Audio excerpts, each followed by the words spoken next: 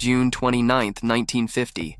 A dishwasher, a hearse driver, a Haitian student, facing the inventors of football, the mighty England, undefeated legends, world-class stars, in a World Cup match that should have been a slaughter. But what happened that day in Belo Horizonte, Brazil, defied every prediction, every expectation, every law of football logic. This is the story of the greatest upset in World Cup history, a miracle that still echoes 70 years later. The day amateurs became immortal. Picture this: a group of American soccer players boarding a ship, not a plane, a ship, crossing the Atlantic Ocean for weeks to reach Brazil for the 1950 World Cup. These weren't professional athletes. They were part-timers, men who played football in their spare time, men with day jobs, real jobs, a dishwasher named Joe Gaetjens, a hearse driver named Walter Bahr, a postman, a teacher, factory workers. The United States soccer team of 1950 was a collection of hopefuls, dreamers, men who loved the game but had no illusions about their chances. Nobody expected anything from them, not even themselves, really. They were just happy to be there, to represent their country, to experience a World Cup. The tournament format was different back then. Group stages, round robin. The Americans were placed in a group with Spain, Chile, and England. England, the team that invented football, the nation that gave the world the beautiful game. This was England's first World Cup appearance, and they arrived like conquering heroes, overflowing with confidence. Their squad was stacked. Wilf Mannion, Finney, Stanley Matthews. Names that meant something. Legends. Players who commanded respect across Europe. If anyone was going to win the World Cup, England was a serious contender. At the very least, they'd cruise through the group stage. The match against the United States? A formality, a warm-up, an easy 3 points. Or so they thought. 1950 was significant for England. This was their first World Cup after World War II. The war had ended 5 years earlier, and football was returning to normal. England had stayed out of previous tournaments, but now they were ready to show the world what they could do. And they had every reason to be confident. They'd just beaten Italy 3-0.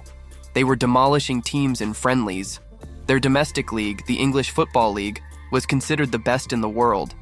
Stanley Matthews was already a global icon, a winger with dribbling skills that mesmerized defenders. Finney was explosive, creative, unstoppable. Wilf Mannion pulled strings in midfield like a maestro. This wasn't just a good team. This was a great team. A team that believed they could win the entire tournament. The bookmakers agreed. England was heavily favored in every match, especially against the United States. The American team? Barely mentioned. Odds so long they weren't worth calculating. This was supposed to be a massacre, 10-0, maybe more. The British press wasn't even worried. Some journalists didn't bother traveling to Belo Horizonte for the match. Why would they? It was a foregone conclusion. But football, as we know, doesn't always follow the script. June 29, 1950. Estadio Independencia in Belo Horizonte, a modest stadium, capacity around 30,000. Not one of the major World Cup venues, but it would host one of the tournament's most important matches. The atmosphere was relaxed, almost casual. England expected to win comfortably. The Americans hoped to not get embarrassed. The whistle blew.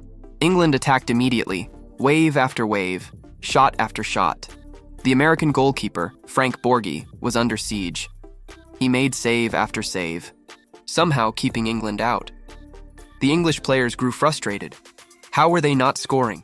This American team was supposed to be terrible, but they defended with heart, with desperation, with something to prove. Then came the 37th minute. Walter Bahr, the hearse driver, received the ball on the left wing. He drove forward, saw space, took a shot. It wasn't a great shot. Mishit, looping toward goal. Joe Gaetjens, the Haitian-born dishwasher, threw himself forward, diving. His head connected with the ball, deflecting it. Just enough.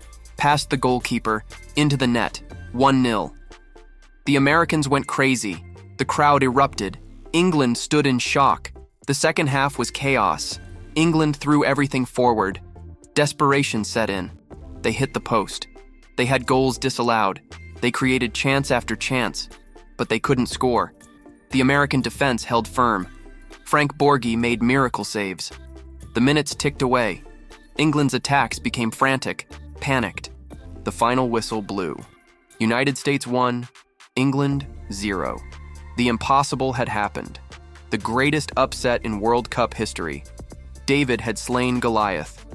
Amateurs had defeated legends. England's players couldn't believe it. Some refused to accept it. The British press initially thought it was a mistake. Surely the score was 10-1 for England, not 1-0 for America. But it was real. The Miracle of Belo Horizonte was born. The victory sent shockwaves around the world. Well, eventually. In the United States, the match barely registered. Soccer wasn't popular. Most Americans didn't even know there was a World Cup happening. No major newspapers covered it on the front page. It was buried in the sports sections, if mentioned at all. In England, it was a national humiliation, a disaster. The press crucified the team. How could they lose to a bunch of amateurs, to dishwashers and hearse drivers? For the American players, it was the highlight of their lives. But they didn't become famous. They went back to their regular jobs, back to washing dishes, driving hearses, teaching classes. The 1950 World Cup continued. The United States lost their next match badly and were eliminated. England also crashed out in the group stage. Brazil would go on to host one of the most dramatic finals in history, losing to Uruguay in what became known as the Maracanazo. But the Miracle of Belo Horizonte lived on. Over the decades, as soccer grew in America, the story gained legendary status. Books were written, documentaries were made. The players were finally recognized as heroes. Joe Gaetjens, the goal scorer, had a tragic end. He returned to Haiti and was killed during the Duvalier dictatorship in 1964. But his goal remains immortal. The match proved something important, that on any given day, anything can happen in football. That heart and determination can overcome skill and reputation. That the underdog always has a chance. Fast forward to 2022. The Qatar World Cup. England versus United States. Group stage. 72 years after the Miracle of Belo Horizonte. In Belo Horizonte itself, two men watched the match together. Tom McGuigan, an Englishman living in the Brazilian city, and Michael Molinari, an American also living there. Both knew the history.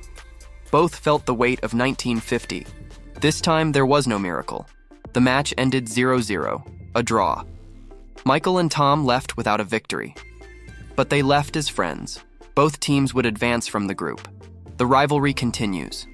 But the legend of 1950 remains untouchable. Because some moments in football transcend the result. They become stories, myths, miracles. The Miracle of Belo Horizonte reminds us why we love football, why we watch, why we believe. Because sometimes, just sometimes, the impossible happens. A dishwasher scores the goal of his life, a hearse driver becomes a World Cup legend, and amateurs shock the world. That's the magic of the beautiful game. Thank you for watching.